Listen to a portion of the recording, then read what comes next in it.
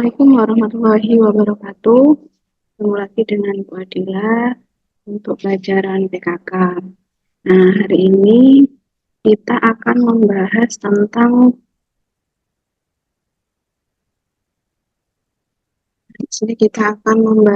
tentang proses kerja pembuatan prototipe produk.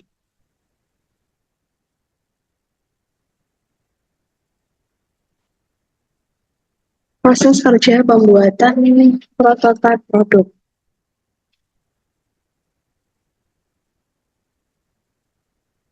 Yang pertama, prototipe. Apa itu prototipe? Prototipe merupakan penafsiran produk yang dapat diklasifikasikan melalui dua dimensi, yaitu dimensi yang pertama adalah tingkat di mana sebuah prototipe merupakan bentuk fisik. Dimensi kedua adalah tingkatan di mana sebuah prototipe merupakan prototipe yang menyeluruh. Prototipe yang menyeluruh mengimplementasikan sebagian besar atau semua atribut dari produk.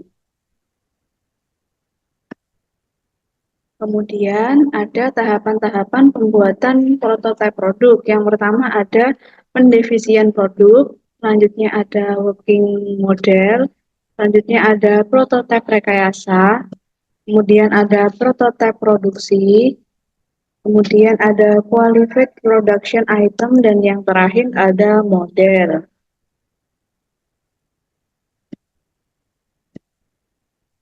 Yang pertama, pendefisian produk. Nah, produk di sini merupakan penerjemahan konsep teknikal yang berhubungan dengan kebutuhan dan perilaku konsumen ke dalam bentuk perancangan termasuk aspek hukum, produk, dan aspek hukum yang melibatkan keamanan dan perlindungan terhadap konsumen.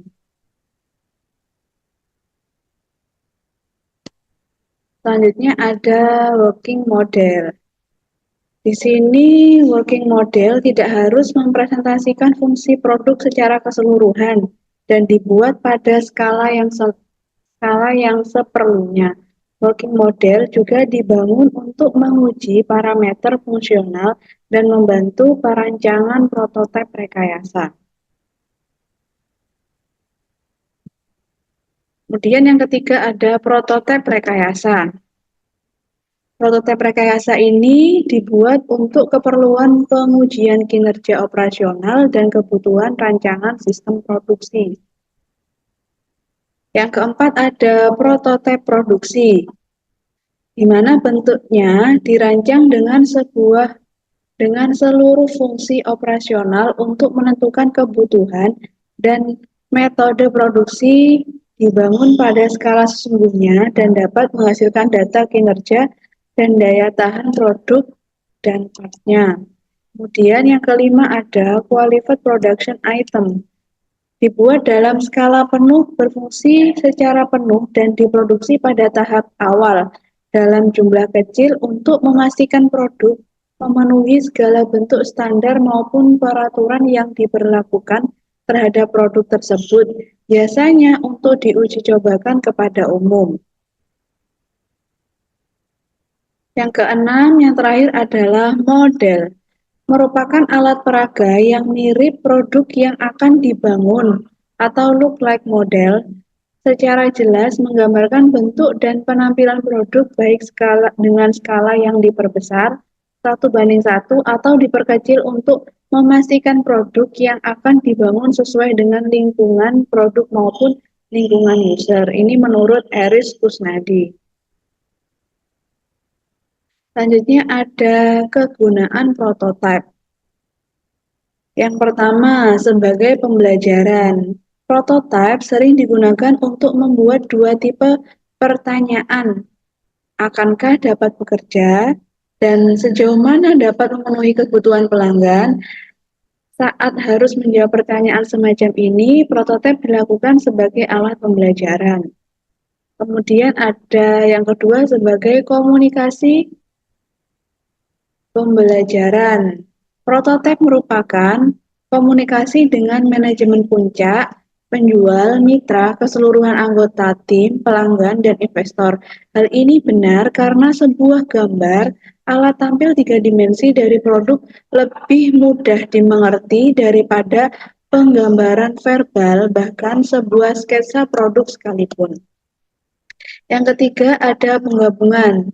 Prototipe digunakan untuk memastikan bahwa komponen dari produk bekerja bersamaan seperti yang diharapkan. Prototipe fisik menyeluruh pada efektif sebagai alat penggabungan dalam proyek pengembangan produk karena prototipe ini membutuhkan perakitan dan keterhubungan fisik dari seluruh bagian dan sub-assembly yang membentuk sebuah produk. Kemudian ada milestones. Dalam tahap pengembangan produk berikutnya, prototipe digunakan untuk mendemonstrasikan bahwa produk yang telah mencapai tingkat kegunaan yang diinginkan. Prototipe milestone menyediakan hasil nyata, memperlihatkan kemajuan, dan disiapkan untuk menjalankan jadwal. Kemudian yang D ada produk barang dan jasa. Nah, di sini ada menurut Kotler dan Armstrong dalam Ginting, pengertian produk adalah segala sesuatu yang dapat ditawarkan ke pasar untuk perhatian, penggunaan, dan konsumen yang dapat memuaskan keinginan atau kebutuhan. Produk dalam arti yang luas mencakup komponen fisik, jasa, orang, organisasi, gagasan, atau gabungan dari semuanya. Kemudian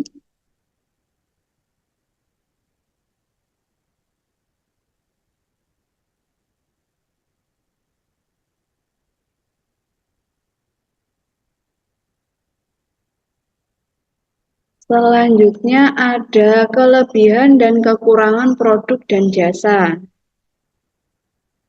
Kelebihan dari produk. Nah, kelebihan dari produk di sini yang pertama menghasilkan produk dalam bentuk fisik. Yang kedua, memiliki alur proses produksi yang jelas. Selanjutnya ada juga kekurangan dari produk. Yang pertama, membutuhkan tempat untuk memajang hasil produk. Yang kedua, membutuhkan tempat untuk penyimpanan barang berupa gudang. Yang ketiga, membutuhkan tempat untuk penyimpanan barang berupa gudang.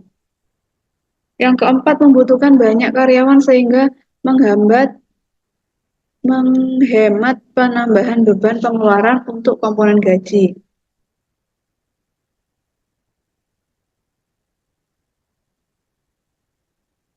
Selanjutnya ada kelebihan dari jasa. Yang pertama, tidak membutuhkan tempat untuk memajang hasil produk. Selanjutnya, tidak membutuhkan tempat untuk penyimpanan barang berupa gudang. Selanjutnya, tidak membutuhkan banyak karyawan sehingga menghemat pengeluaran untuk komponen gaji. Adapun kekurangan dari jasa, yaitu tidak menyediakan produk dalam bentuk fisik. Jasa yang ditawarkan bisa berbeda-beda antar konsumen. Yang ketiga, membutuhkan promosi berupa testimoni konsumen sebanyak-banyaknya.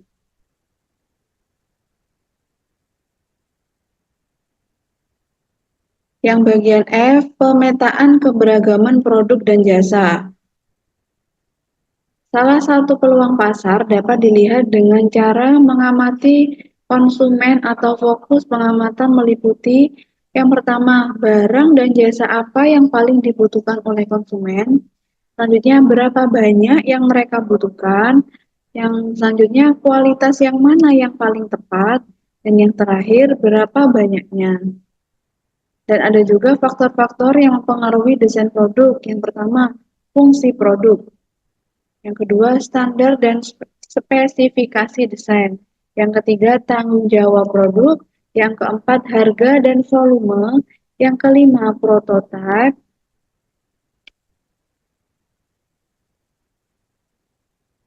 Kemudian ada proses kerja pembuatan prototipe. Rancangan proses harus didefinisikan terlebih dahulu dengan cermat karena rancangan proses ini memiliki dampak yang berjangka panjang terhadap kinerja proses, termasuk efisiensi, efektivitas, dan produktivitas sistem. Namun demikian, desain produk Desain proses ini harus sinkron dengan tipe produk atau jasa yang akan dihasilkan. Desain produk menetapkan jenis bahan yang lebih baik digunakan untuk membuat suatu produk, menentukan standar dan batas toleransi, serta dimensinya menggambarkan penampilan produk, sekaligus menetapkan standar kinerja produk yang bersangkutan. Kemudian ada desain jasa, yaitu menetapkan bentuk penampilan fisik, gaya, manfaat, kenikmatan, dan manfaat psikologi yang akan diterima oleh pelanggan yang memakai jasa yang bersangkutan. Dengan keadaan dan sifat seperti yang dikemukakan di atas, suatu desain akan memiliki pengaruh yang sangat besar terhadap mutu suatu produk atau jasa.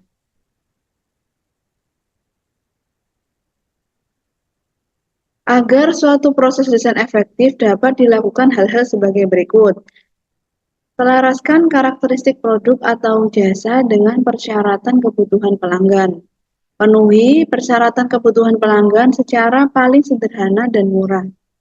Kurangi waktu yang diperlukan untuk mendesain suatu produk atau jasa baru.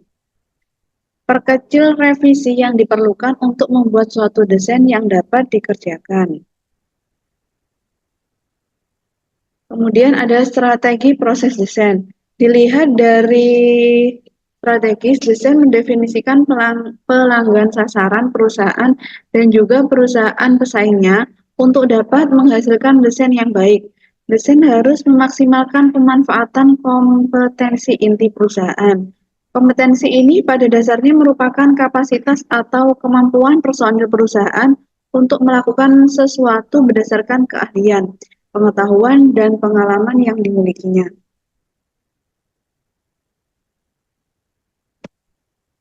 Kemudian ada tahapan kegiatan desain produk. Yang pertama, memformulasikan hasil marketing riset. Untuk mengetahui produk yang diinginkan pelanggan, product designer dapat memperoleh data dari riset pemasaran yang langsung berhubungan dengan pelanggan. Riset ini dilakukan baik produk yang betul-betul baru maupun untuk produk yang sudah ada. Pengembangan suatu riset dalam perusahaan akan menghasilkan sebuah gagasan atau ide untuk membuat suatu produk, di mana ide tersebut diperoleh dari data yang didapatkan saat riset itu sendiri dilakukan. Kemudian yang kedua ada mempertimbangkan kemampuan fasilitas perusahaan. Untuk melakukan kegiatan pembuatan suatu produk, maka desainer harus mempertimbangkan kemampuan dari perusahaan itu sendiri, di antaranya tenaga kerja, mesin-mesin, peralatan penunjang, dan perkakas lainnya. Dalam membuat produk, desainer harus mempertimbangkan biaya yang seekonomis mungkin. Yang ketiga, membuat sketsa. Dalam membuat sketsa, bentuk dari produk yang akan dibuat akan terlihat jelas atau dengan yang lainnya. Sketsa tersebut dibuat untuk mempermudah dalam pembuatan gambar kerja atau blueprint sketsa dari masing-masing produk, walaupun sketsa ini tidak menunjukkan ukuran-ukuran yang sebenarnya, tapi dapat terlihat dalam skala perbandingan. Yang keempat, membuat gambar kerja. Pembuatan gambar kerja ini adalah merupakan tahap akhir dalam kegiatan desain produk, di mana dalam gambar kerja ini dapat digambarkan bentuk dan ukuran yang sebenarnya dengan skala yang diperkecil. Selain itu, dalam gambar kerja juga diperlihatkan bahan-bahan yang akan dipergunakan dalam pembuatan produk tersebut. Setelah gambar kerja tersebut selesai dirancang, kemudian diserahkan kepada pelaksana kegiatan untuk segera dipelajari dan dikerjakan lebih lanjut cara proses produksinya. Terima kasih, sekian dari saya. Bisa dilanjutkan di pengisian tugasnya, ada di link. Semoga kalian sehat selalu dan tetap semangat belajarnya. Terima kasih. Wassalamualaikum warahmatullahi wabarakatuh.